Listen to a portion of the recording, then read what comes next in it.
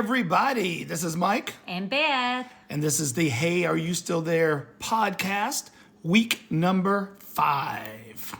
Hey, before you even start, do you think I say my name really weird? Because we had to go through the drive-thru to pick up an order for Josh the other day, and we were at Starbucks, and they were like, what's the order? And I was like, Beth. And then they're like, I forget what they said, something like, Dana or something. What did you just say?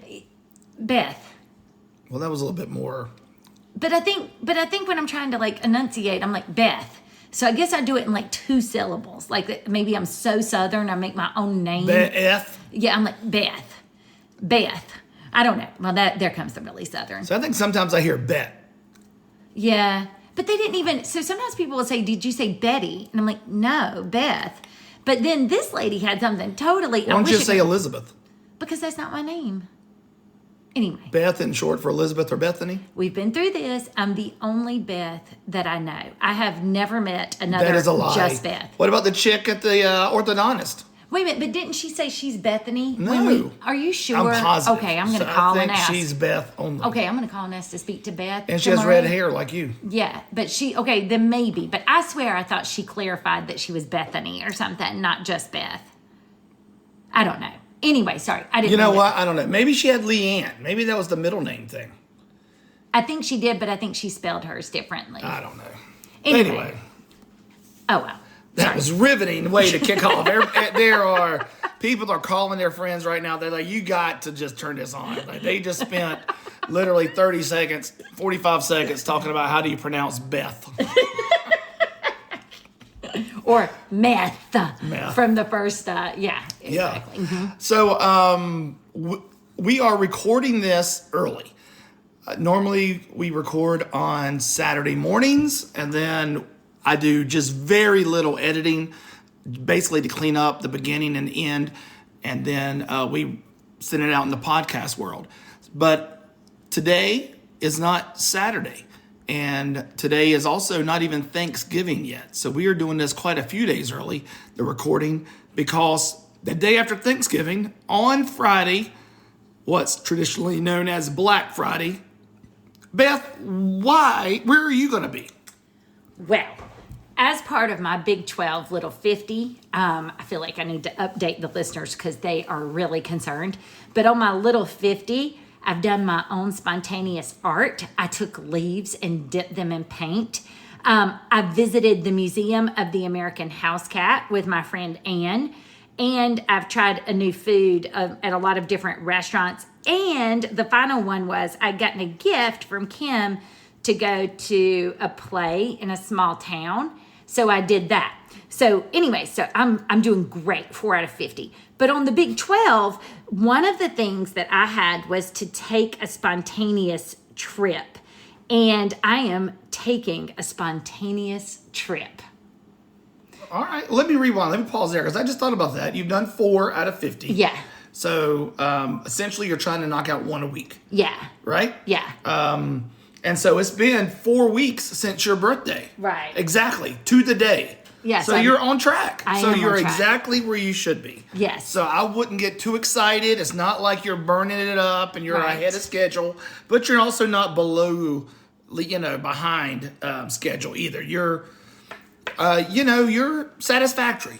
I technically don't even have 50 ideas yet, though, too. That's you part of my problem. meet expectations. So that's the users need to send me ideas, just as an aside. The listeners, the listeners here, the listeners. You tried that. You got some crazy stuff. And a lot of it was kind of, here's the problem with you, Beth. Just like, and we're going to get into this trip here in just a second.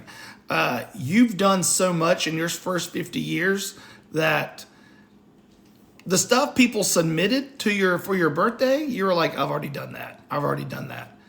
And I think it made people feel bad because they realized how boring their life was. I just don't want to be a person, like when I die, I don't want them to be like, wow, she really didn't take advantage of opportunities or live life to the fullest, you know? You are? You're Forrest Gump. I guess I am. When I'm running across the United States. Stuff. That was him. He just kind of, he did this adventurous life, not even realizing it really, but but you are realizing it. Sometimes you realize that you've had an adventurous life, but yeah. So you knocked out 4 out of 50. Yes. You're doing a spontaneous trip Yes. to Disney, Nope. a national park, Nope. a big city, Chicago. Well, a big city, but not the way you're thinking. Where are you going on Black Friday? I am going to Germany. Germany. Yes. And the people who know about it, because I haven't told many people, think that it is crazy that you would do a spontaneous trip to Germany. And this truly was spontaneous. We went out to lunch with 2 of our friends, Tim and Wendy, and just sometime at lunch, they started talking about these Christmas markets over in Europe. Yes. It's Germany. I don't know where all they have them. Because as an aside, nobody loves Christmas as much as I do with my Christmas sweaters and Christmas bling. That could be argued. I'm like Elf, but anyway. You are. You do love Christmas. Yeah, That is your favorite time of the year. So Yeah. y'all were talking about these Christmas markets over in Europe, and you two together were like, we should go. And this was like on a Sunday. Yes. And on Tuesday, y'all had it booked. Yes. And Tim and I were just like, what just happened? But the reason it works is we had points. She had some frequent flyer miles. I had some hotel points. And I know this might shock the masses, but outside of the Christmas markets, I don't think traveling the day after Thanksgiving to Germany, when the temperatures may be below freezing, is when most tourists are going, which is probably one of the reasons that we were able. They were there to for find- Oktoberfest. They don't have time to go back. Exactly. They're like, we can't do these cold Decembers when you need hand warmers and wool socks.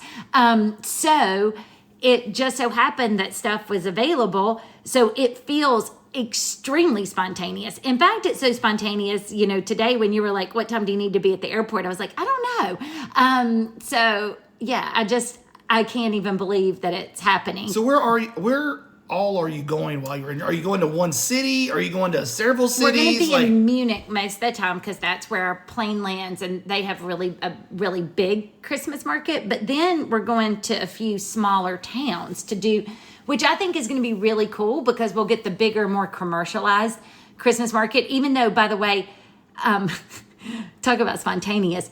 I was like, oh yeah, I want to go to these Christmas markets. Last night I was Googling, what do they sell at Christmas markets? Like, I don't even know what they do with these things. I just thought it sounded cool because it's Christmas and it's markets and it's in Europe. And you might get over there and it's a meat market. Yeah, that may be like lamb and sheep Yes, and exactly. cows just hanging up with Christmas lights around Christmas it. lights Yeah. on. But I just wanted to do that, and I always want to go somewhere different. And I know this is a little weird, but I think we're going to go to a concentration camp in the middle of the Christmas markets because I'm a huge World War II reader. I've read a ton of nonfiction as well as historical fiction books set in that time period. So we're going to do that, and we're going to visit a castle, which will be amazing. So we're going to do some different And not just things. any castle. Isn't it the one off of Soren? I think it's the one on Soren. I think it's the one when you do the Soren, because there's 2 Sorens. There's like Soren over California, and then And there's the Soren is a at ride the- at Disney World and Disneyland, Yes. for those of you who don't know. And you soar over this amazing castle on this cliff, and I'm 99% sure it's that one. But even if it's not, it looks amazing in the pictures, and it's very famous. So I'm really excited just to be doing something.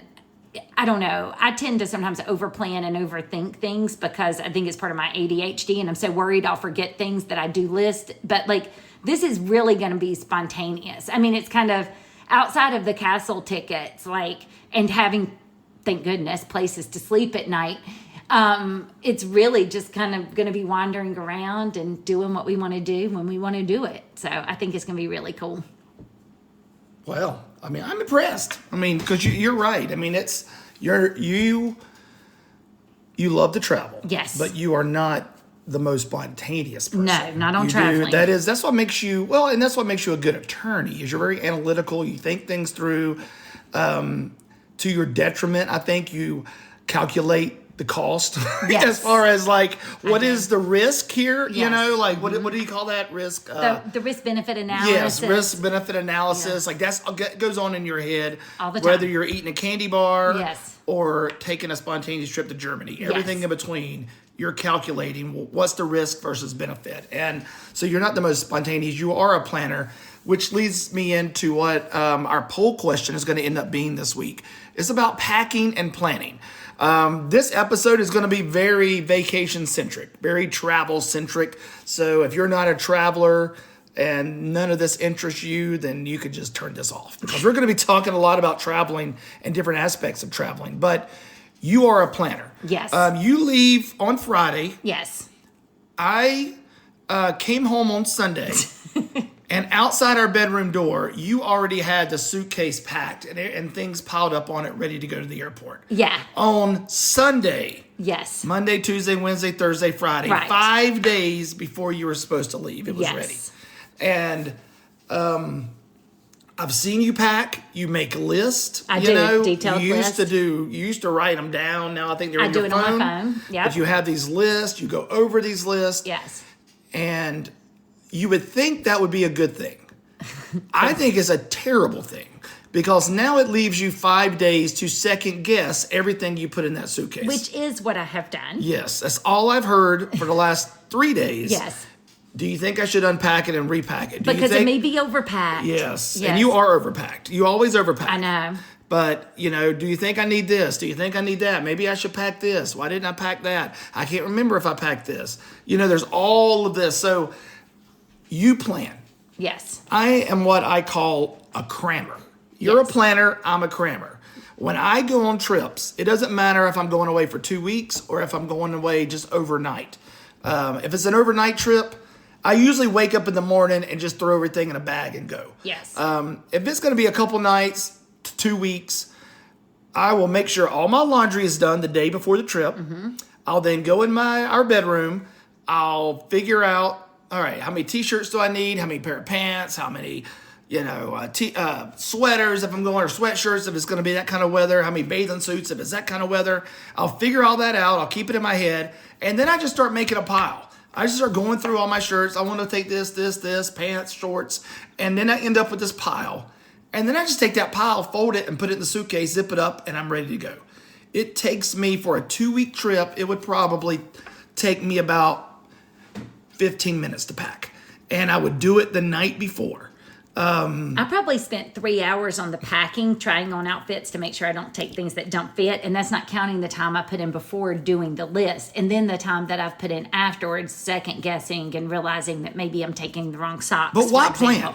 And that's going to be the poll question. When you travel, are you a planner or a crammer? Do you make sure you write everything down, make lists, double, triple, quadruple check the list? Or are you just kind of like, you know what?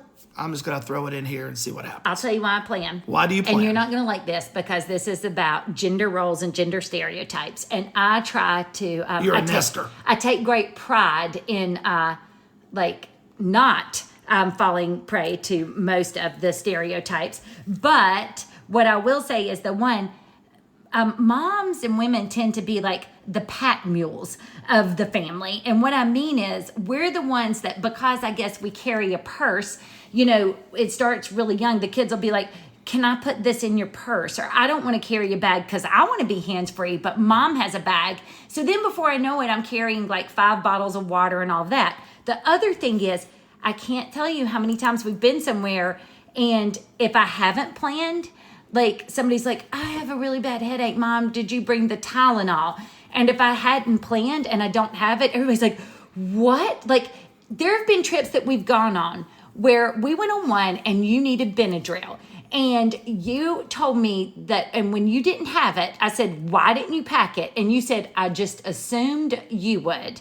So the thing is, y'all are so accustomed, you might criticize the angst, you might criticize the method, but in the end, everybody in this family relies on that level of detail and organization. We're going to pause right there for a second.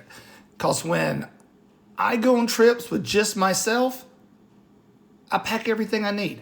So I would pack Benadryl or headache medicine or anything else. Then you should do that when you're with me. No, when we go with you, we know you're going to pack it. But see, that's not fair. I shouldn't be responsible for having to make sure, are there bars of soap for everybody? Is there shampoo? Mission trips. Oh my gosh. When we have to pack Like, I have to have lists to go to like work camp where it's like Maria's air mattress, Jacob's air mattress, Joshua's air mattress, sheets for everybody, towels, like and how many times do we go? How many times have we gone and we're like, we're going to the beach, and we've asked one of the kids 14 times, did you pack a swimsuit? And they're like, no. So then we're having to go out and buy a swimsuit. Or did you pack flip-flops? Nope, I didn't. Even though I also send the list. My list, I open memos and the notes on my phone, and there's the little thing where you put the little circle by it, and then you put a check mark in it when you've completed it. So I make the list, and that's the other way too. I don't have to unpack my suitcase. If I'm like, did I take that, did I pack underwear? If I've checked the box, I know that I can trust myself and that I packed underwear. But the other reason I have to plan this much is I'm terrified. I usually try to carry on everything, but because this one's going to be so cold, I'm going to have to check a bag, and I may want to bring back some stuff.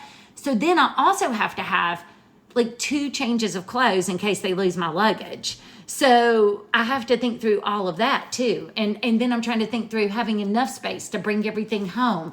So there's a lot that is going into this level of preparation so that I can fully enjoy myself. Okay, 2 things. I'm glad you ended on that note so I can enjoy myself. Yes. It would be one thing if you planned and packed and then you were stress-free the rest of the week. Like if I'd have come home on Sunday and you're like whistling, like you're Snow White and you're just as happy as you can be, and you're like, I've packed, I don't have to worry about that anymore. That's one thing. But I walked in the house and you immediately were like, see that suitcase? That's everything I packed. I don't know if I packed everything. Should I unpack it? Do you think I overpacked? And it's like this ball of angst. Yes. You do not enjoy the time leading up to the trip. No, I do not. Because you've overplanned and you're not confident in your planning. That's what's so crazy. You're a great planner. I know. You always have the stuff. Every once in a while I forget one thing. Rare. Yeah. But yet you beat yourself up leading up to the trip, and it makes life a living hell for all of us. Well, because I really don't relax until I'm on the plane. And then when I'm on the plane, I'm like, there's nothing I can do about this. You know, that's when I'm like, okay, I can breathe a sigh of relief because there's nothing I can do to change it. Up until then, I have the option of tweaking things or changing things. See, this is the perfectionist, in me. And I know that that's like not a good thing, but I don't think you just turn that off. Yeah. Well, here's the second thing. I was thinking about it today. We've traveled a lot. Yeah. So let's just talk about me. Yeah. I've done 49 mission trips. Right. I've been to, I don't know, maybe 40 of the 50 states. Yeah. I've been to, a dozen countries. Mm-hmm. Not one time in all of my travels have I gotten somewhere and not been able to get what I needed if I forgot it.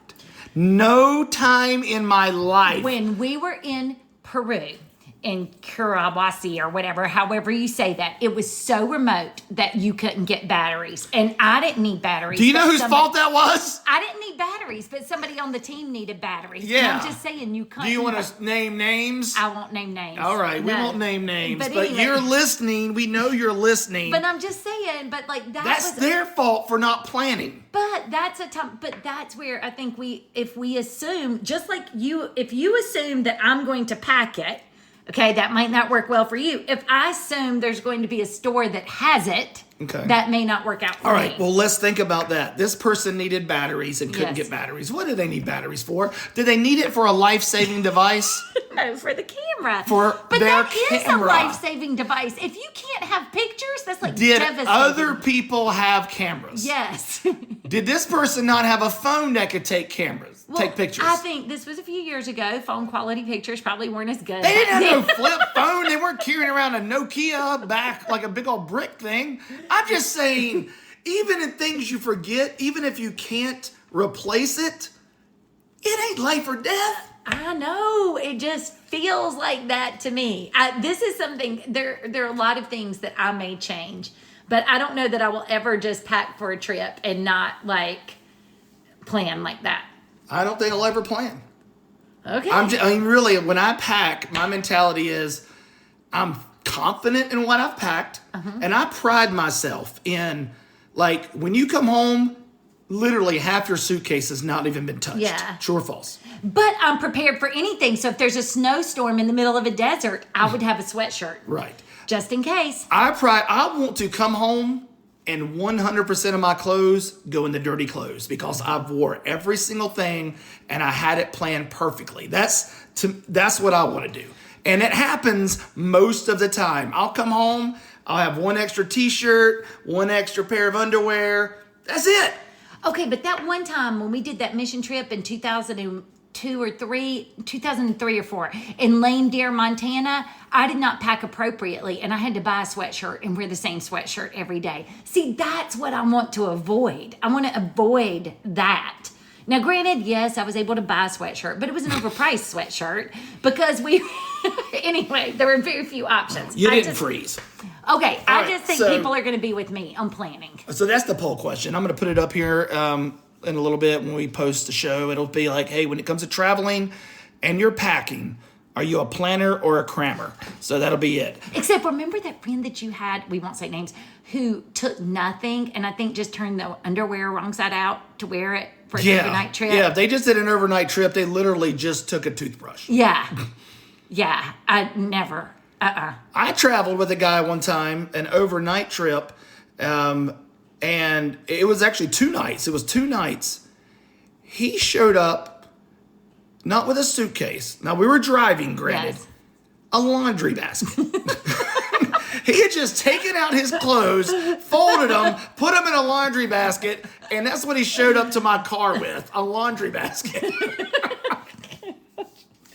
Could you see that at the airport? Can we put enough tape around this or something to seal the top? Yeah, so I don't know. I mean, I don't even know what the hotel thought when they saw us walking in and he's carrying a laundry basket full of clothes. Yeah, they're like, the laundromat's like 3 doors down. Yeah, they probably thought he worked there. Yeah. All right, you talked about the kids and stuff they've forgotten travel-wise. We have 3 kids, 21, 19, and 14. Yes. They have obviously all been the ages up until when they are now. Yes. They've all been 1, 2, 3, 4, 5, 6. You know it. That's common sense. What do you think is the best? What do you think was the best age to travel with a kid? Like, you think about going on a trip, and what do you think the best age was? It pre-K? Was it elementary? Was it kind of middle school, high school, adulthood now? What do you think is the best? What age did you enjoy traveling with your kids the most? See, I think that's super hard because different ages offer different things. I knew you were going to say that. Well, but it is true. I mean, that's kind of like, again, you can't ask me my favorite book, but like with really little kids, the wonder and delight, wherever they go, like the first time at the beach or if you're anywhere, a museum, just like watching them but at the same time, you're not sleeping. You have to watch them like a hawk. There's no like relaxing on a beach or anything because you're constantly afraid they'll fall in a pool or in the ocean, so like that age is hard. Elementary's fun because they still love you and are usually pretty good about just being happy to go where you want them to go, but they're a little more self-sufficient, so you don't have to worry as much. High school and stuff I loved because middle school, high school, I started not having to worry, so it wasn't like I could be, especially high school and adulthood, it's been amazing because, so for example, we took a trip with Josh and like just, he was so adaptable, but then also even with Maria, when I've done a trip with her or a trip I did with Jacob and Josh, I could just, like if they want to sleep in, I've just learned to be like, well, I can't sleep, so I'm going to get up and I'm going to go ahead and just go for a walk and just text me when you're ready and I'll come back or meet me here. That is a new level of freedom, and also it takes a lot of the angst out of it. The one thing that's hard when you have multiple kids especially is our kids do not like the same things. And so planning a vacation that everybody in our family would love is really challenging. So there's always a day when somebody in the family, I mean, and I don't want to say they're unhappy, but they're taking one for the team, you know? And that happened the older they got. Yeah. You know, yeah. they were a lot easier to boss around and When say, they're this young, is what we're going to do. Yeah, so that was like you just booked a trip and you didn't worry about, oh, well, I know you like the mountains and you like the beach, or it doesn't have a pool. You didn't worry about that when you were little. You just put them in the car and you went. As they got older and they have those desires, you're trying to balance all that. But at the same time, it's really refreshing to be able to, like, you know, watch them as adults have like deeper conversations with you about what we're seeing, you know, and just like getting to know them as adults and traveling with an adult that's responsible for themselves and can take their own bath, and you don't have to do that, or, you know, like get the laundry out, those types of things. That's really cool too. What about you? You know, I even knew this question was coming, and I'm not sure I have an answer. I'm kind of like you. There is something about that childlike wonder when they're young. Yeah. But when I think back to how exhausting that is, I mean, you know, like we were the dumb parents that took our kids to Disney before they were 3 or whatever because they got in free. Well, we got to get them in before 3. And remember, we also drove all night to get there and went to the park in the morning to save money. And it was miserable. The kids were tired and cranky, and we're tired and cranky. And, you know, we spent money to get there even though the kid got in free. So it's like when we're at Disney now and we see parents pushing, screaming kids in strollers, and I'm just like, oh. I just always say happiest place on earth when the kid's having a breakdown. And so it is, but it is when they start to hit that kind of pre-K, early elementary, they do tend to appreciate the new. Yeah. The beach, like you said. Yeah. They appreciate Disney. They can ride some rides. Yeah. The stuff they see on TV, whether it's from a Disney cartoon or a nature show. Or they've read it in a book. Yeah. I mean, you know, it's like there is that wonder that is... you can't match. Right. But I do like traveling with our kids now that they're older. Yeah. You know, it's, it used to be us dragging the kids around. Right. Now we're trying to keep up with the kids. Yeah. You know, I moved Maria home from Disney back in August, and we stayed a couple of nights extra, and she wanted to take me to Universal and wanted to take me to Mickey's Not So Scary Halloween or whatever it was. And I was dragging. I mean, she drugged me around those parks, you know? Usually you get 30,000 steps when you do it. You probably didn't have your watch on, but 30,000 steps in a day to get up and do it again the next day. I was the one in the stroller crying. Yeah. So, but it is fun going, you know, the past 2 years, Josh and Jacob and I have flown out to the Rocky Mountains and spent some time just hiking and hanging out as guys and doing stuff. And, you know, it's cool, you know? And so... although I do miss the wonder of the little kids. Yeah. I do really enjoy being able to travel with our kids now that they're older. And they can say, this is what I like. And we can say, all right, we can do a trip with that. Because the thing with the wonder, like we went out west again with the boys. Maria was working at Disney. But, you know, I've dreamed from the time we went to Yellowstone in that it was the Lame Deer, Montana year. We went on that mission trip and then we extended a few days and went. I have always just thought my kids are going to be blown away by Yellowstone. They're going to love it so much. Now, in my defense, that was only the second national park I think I'd ever been to. I've been to Rocky Mountain National Park, and then that one, being on the East Coast and just not getting to go as much. And the boys were just like, eh. And I'm just like, how can you not think all this is awesome? So, I mean, that's the part that you miss out. But to your point, too, they've seen a lot of national parks. So, you know, like, it just didn't impress them. It didn't have the wow factor, you know. But it's that balance because you want to see your kids just be so enthusiastic. And sometimes they're not now as adults, you know? Yeah, yeah. So, staying on the theme of vacations and... you know, we've talked about your career, you know, as an attorney. How hard is it? Like, because I hear people sometimes, you know, we do travel a lot. Yeah. And we know that we have friends that'll say, how many weeks vacation does Beth get? You know? But they don't understand that sometimes you go on these trips and you're still answering phone calls. You're still, you know, you're working remotely. Yeah. How is it, you know, with such a demanding career, are you able to unplug? The times when you're able to, you know, like a workcation versus a true vacation? Like how does that work out for you? Like this trip coming up. So the thing with workcations, I guess, like I only can do those. Like I can't do that, of course, like, hey, I'm going to Disney. That only worked like if I had one day and I was like, okay, because the flights are cheap, I've got to go work in Orlando that Friday and I'm staying really cheap with Maria and she's working all day. You can't have a work vacation and be like, I guess some people do, but I can't like be standing in the middle of Disney World working. That's not working. My work takes concentration and thought. Who's the guy though that wrote those books that? Bob Goff. Bob Goff. He went to that island. He went to that island in Disney World and worked from there every day. Yeah, I mean, so again, and he was a lawyer. I know, different people, different. I can't do that. But when I try to actually go on vacation, I'm much better now than I used to be, and I think that's age and wisdom with setting boundaries. The thing that I've learned is I really just cannot. On a true vacation, like if I've told work, I am not going to be available, I'm completely out of the office, I can't look at my phone because the times when I do, it gets in my head, even if I don't respond to emails. Because what I used to do on vacation, and I'm talking true vacations, not like you're working or anything, but I would go on vacation and every night I would check my email, even though my out of office was on, and I would check my email because I would tell myself, oh, I'm just deleting things and stuff so it won't be as hard when I come back.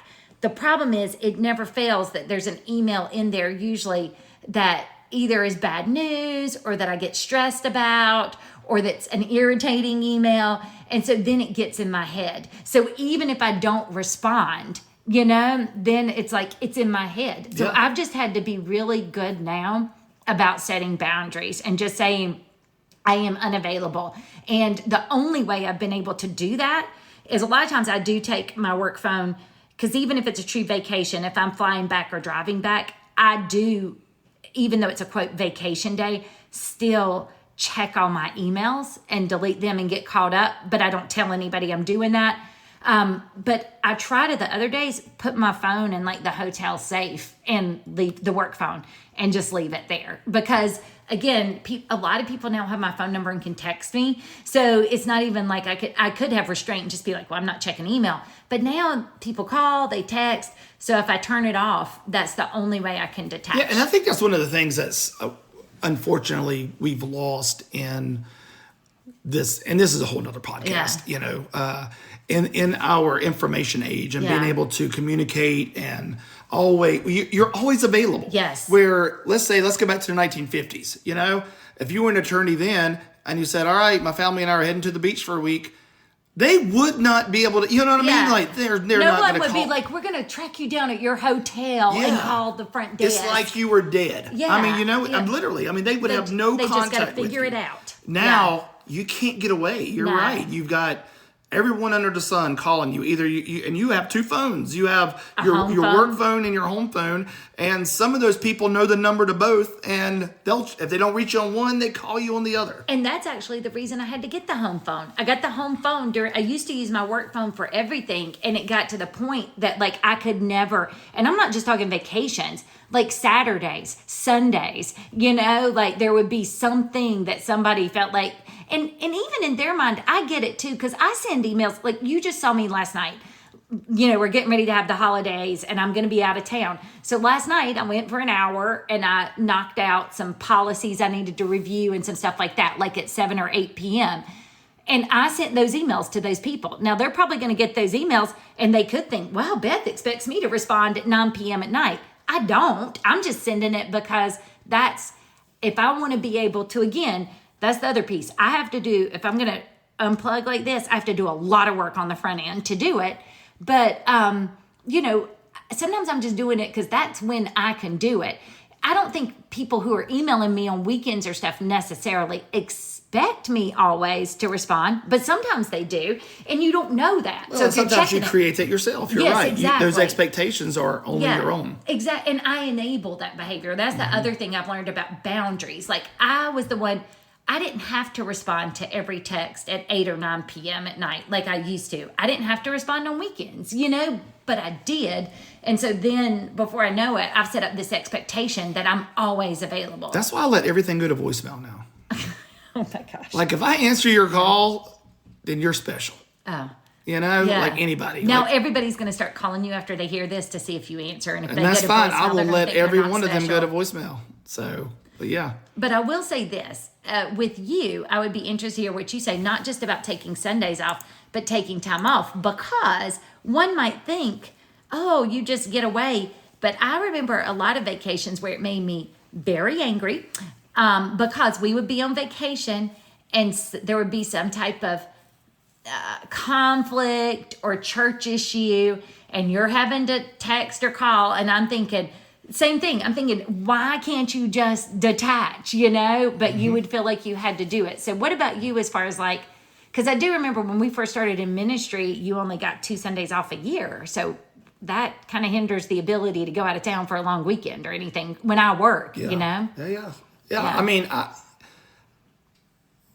there's nurture and nature. And as nature would have it, I am a perfectionist and I was a people pleaser, you know? So I always felt like I needed to be available. The nurture part of me, I was raised in a church where the pastor only took 2 Sundays off. That was it. Yeah. And, you know, they would leave on a Monday, come back on a Saturday, and he would preach, you know, kind of thing. And it was just really, really rare that he was ever gone. And then you start working at a church and you're a youth pastor, and what happens is the church is run by business people, you know, and so they just see it as, well, I get 2 weeks vacation, you get 2 weeks vacation. Yeah. And that includes, that's just 2 Sundays. Right. And all of a sudden, but the mentality is Sunday is what it's all about. Right. You know, they totally forget that there's 6 other days before Sunday. Like I'm not doing anything else. Yeah. So I had to eventually get to that point where I'm taking time off, you know, like I'm going to. And it took many, many, many, many, many years.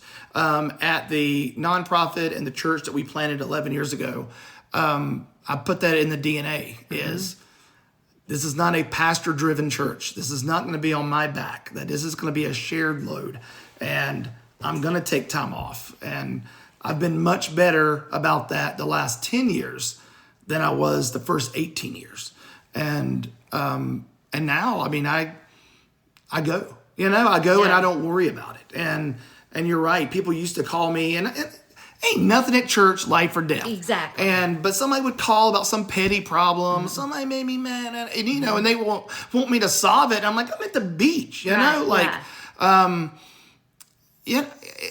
so it's just, you know, I've just learned life goes on. Yeah. You know, and I have a life too, and things are going to get done. Both of us have realized that we're not as important as we used to think we were. No, and we're not the ones who hold these people's lives together. Yeah. You know, and to come to we're very fortunate.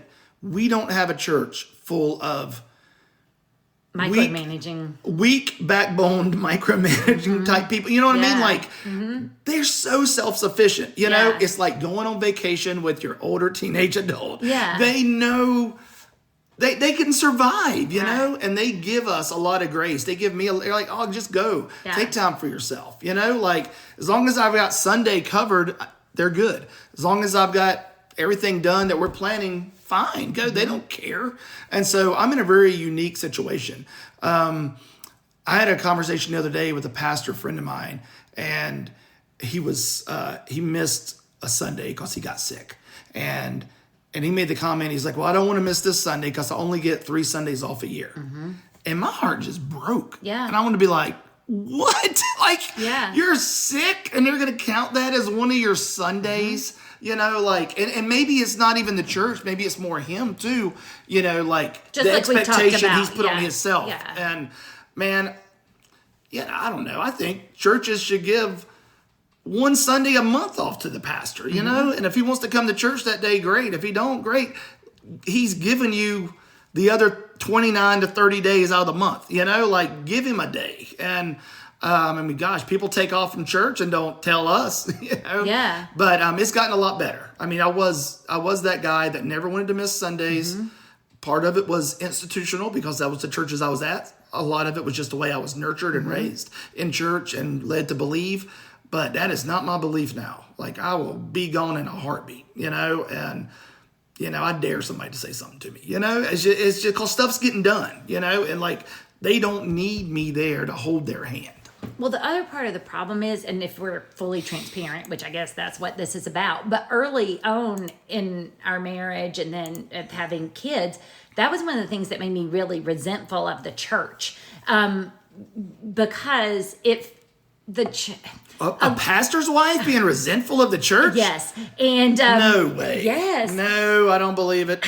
And the reason is maybe if I stayed home and homeschooled, so we had a completely flexible schedule and I could just go, out anytime we wanted. But the problem for us that people didn't understand was that Saturday and Sunday, we both worked, so I worked Monday through Friday. I had full-time demanding job and my kids were in school Monday through Friday. We never got to do, like you'll see these people like, we're just going to go to a theme park or do this for a weekend. Like then we never got to do that. Like It had to be a planned during the week. Well, I only had limited vacation at that time, the same thing. And so every time I'm taking off, I had to really be thoughtful about how I used that vacation. It couldn't be like, well, I just want to take 2 days and go to a theme park or whatever. Or when I was in law school, I couldn't just miss class. And so that whole rigidity around it, I feel like if it had continued, would have been very hard on our family, because I think about the things that I would have either had the burden of doing it after working 5 days all that week, and then I'm having to do everything alone on Sunday. And that was also why I made the choice for a lot of years, and people would be like, oh, that must be nice. And I'm like, well, you can do it too. But I made the choice to work 4 days a week because everybody'd be like, oh, that must be wonderful.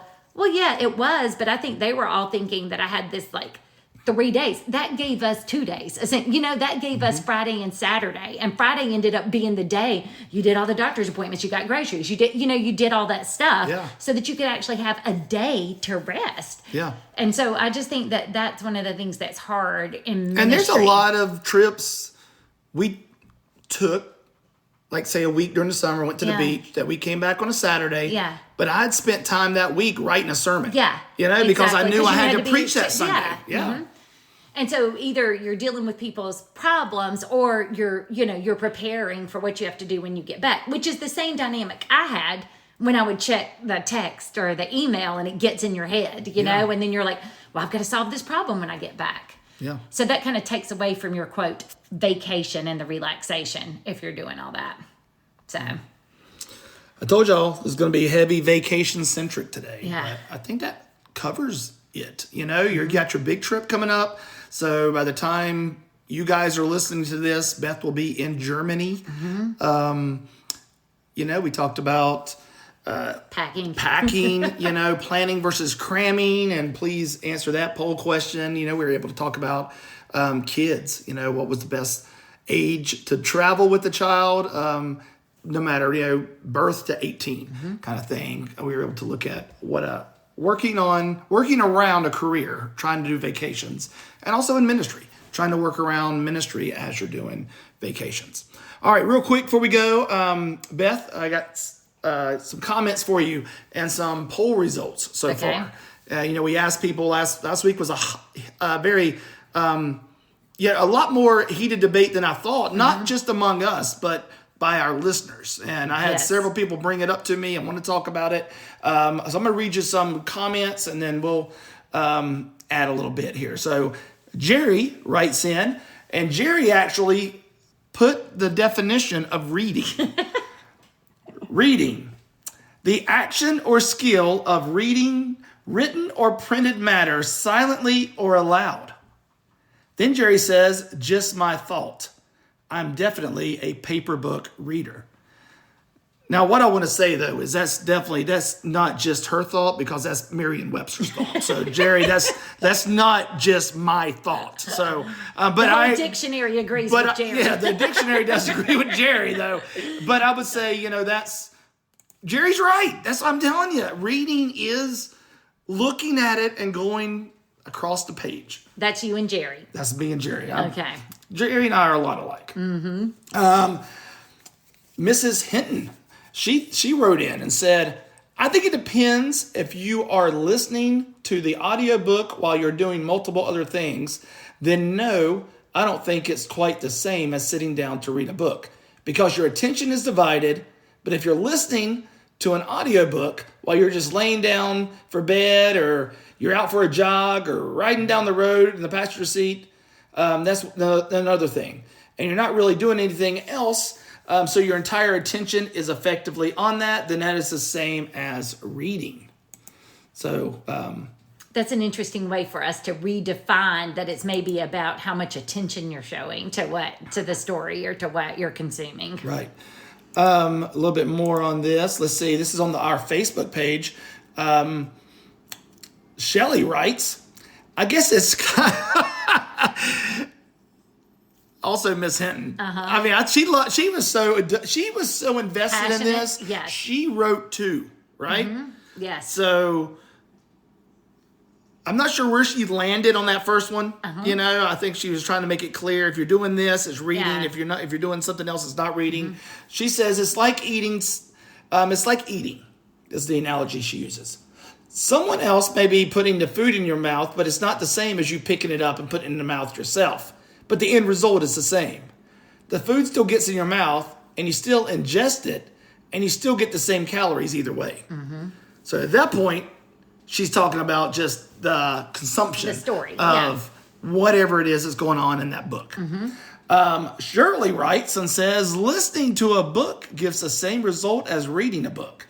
Reading and listening are not the same thing, but the end result can be the same. I've listened to the Bible and read the Bible. When reading, I can't multitask, but I can listen while exercising, driving, or doing other tasks. It is the same and not the same, but gives the same result. It sounds like Shirley just ran for president. That was a lot of words to say. It is the same, it's not the same, but it gives the same result. So that sounds like they both side with you. Yes. That's good. Let's go to a male perspective. Sean writes in. Sean had an interesting email. He said, listening is just as good, if not better, than reading. Some of us don't have a master's in reading and comprehension, and it's not easy to read. But I don't read books anyway. Oh, I was about to feel really good about that until that statement. Anyway. Well, you're going to feel really good about this because he's throwing out a subject for a possible another show down the road here. He says, on another subject, my wife continually wants to make out. Oh my gosh. Okay, not going there. I'd say, well, this ties into last week. I'd say, how about a board game tonight? And she said, how about you get naked and meet me for some games? She wins this argument every night. That's why I'm so tired. Not from late night movies, but late night escapades.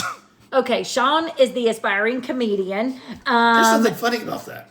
Huh? That's real life. Oh, no, it's not. I know Sean and Sherry, so anyway. You just ratted out his wife. Well, sorry. Oh, no. Lord. But she knows it's not true. She's rolling her eyes right. Like, as he was typing that, I can see her rolling her eyes. You know, like, ugh.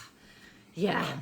We're going to have to start blocking certain comments that like that. This is a family show. We're not going to have those comments. It always asks me as I post this, is there explicit content? So I don't know if that is borderline or not. When I read that, I was like, man, this podcast is going from G to PG-13 very quickly. Well, it's not because I won't be participating in a PG-13 podcast. So there you go. All right. The poll. You interested in how poll people are voting? Yeah. It is now tied. Oh. What are you on about? At least you're not getting beat again. I know. Well, but if you count, well, technically though, I won because if the poll's tied, I had more of the comments in my favor. How do you know those people didn't vote? I don't think they did. We talked about sure this. They have. These are the extroverts who want to explain. You know, And the they cat. voted. The cats They are voted voting. and the cats they are did this. voting. The dogs are talking. Let me tell you something. And we're also coming early. I mean, this is Tuesday. That's true. There's still time. So there's plenty of time for these votes to go your direction. Yeah. I'm surprised it's tied. I thought you would have won hands down. I did too. Mainly because people are lazy. And I have no faith in humanity, and they're going to take the easy way out, and the easy way is listening. I will say Just like they're listening to this podcast. The one thing I will say, though, the most surprising thing about this that I heard was that this was a topic of Sunday school, this poll. Yeah. And that kind of really shocked me. I was like, okay, that's next level on the podcast. But they were talking about if listening to the Bible was the same as reading the Bible. So, so look at this. This podcast is being taught as a Sunday school lesson. I wouldn't go that far. That is incredible. I don't think it's being taught. No. I think that's a bit of a stretch. Listen, but, I think the upper room is going to be calling us, Guidepost, I don't know, whoever produces material, Lifeway, whatever. They're that's going to be right. Let them get a hold of this. Yes. They're going to be like, gosh, we can milk this for everything it's and worth. then they can hear the part about the resentful preacher's wife, resentful of church, and that's just going to undermine any of the extra finances that were going to come in from this. So. Well, nobody believes you're saved anyway. Oh, come on. Right. So, what is the one thing you're looking forward to most on your trip? And then we'll end with this. The number one thing that you're like, man, I hope this happens on, because you're going Friday to Friday. Mm-hmm. You're going a good chunk of time. Yeah. I don't know. I mean, because I haven't planned, I don't have a lot of expectations, because sometimes my expectations are really high and I'm disappointed. So I feel like, I think the main thing I am looking forward to, though, I just love new cultures, new food, new everything. And I just think it's going to be fascinating to be in this country in the winter. It may even snow. I don't know, but that would be magical. Just being at a market that's dedicated to like craftsmen and artists and people just selling Christmas things. I just think that's going to be amazing. Okay. Well, great. Well, I hope you have a great time. Thank you. And I'm sure you and Wendy will have a blast. And I also hope that y'all water my flowers and do like give the pets their medicine. But okay. But all right. I can almost promise the house will still be standing when you get here. Okay, but it will be much cleaner. But you have to take care of my beautiful plants, like the one Josh gave me. We can't let anything happen to my beautiful blooming cactus. Well, we'll see. Yeah. All right. Well, that wraps up episode 5. Thank you so much for hanging with us once again. It's been fun. I think, I was ready to skip this week of Beth being on here. I told her, I was like, I was going to bring in a guest co-host this week. And she said no.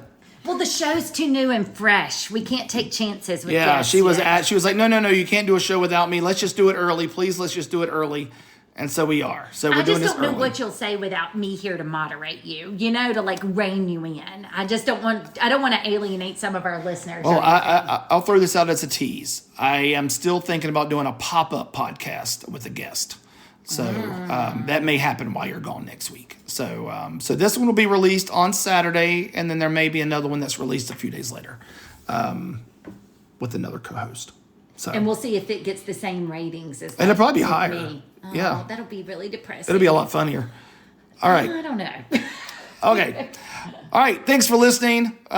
We'll catch you again on the next podcast. Bye.